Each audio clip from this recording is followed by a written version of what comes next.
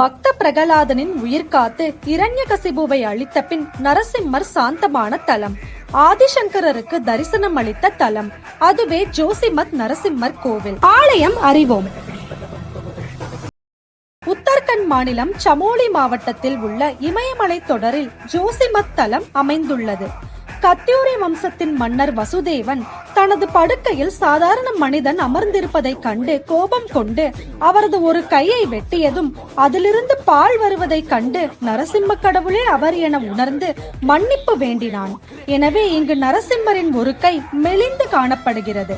பத்ரிநாத் தலம் குளிர்காலத்தில் மூடப்பட்டிருக்கும் போது பத்ரிநாத் உற்சவர் சிலையானது இங்கு வரவழைக்கப்பட்டு நரசிம்மருடன் வழிபடப்படுகிறது. நாளை என்பது நரசிம்மருக்கு இல்லை என்னும் கூற்றிற்கிணங்க பக்தர்களை உடனே வந்து காக்கும் நரசிம்மரை ஜோசிமத் கோவில் சென்று பக்தர்கள் அவரை ஆனந்தமாய் தரிசிக்கின்றனர்.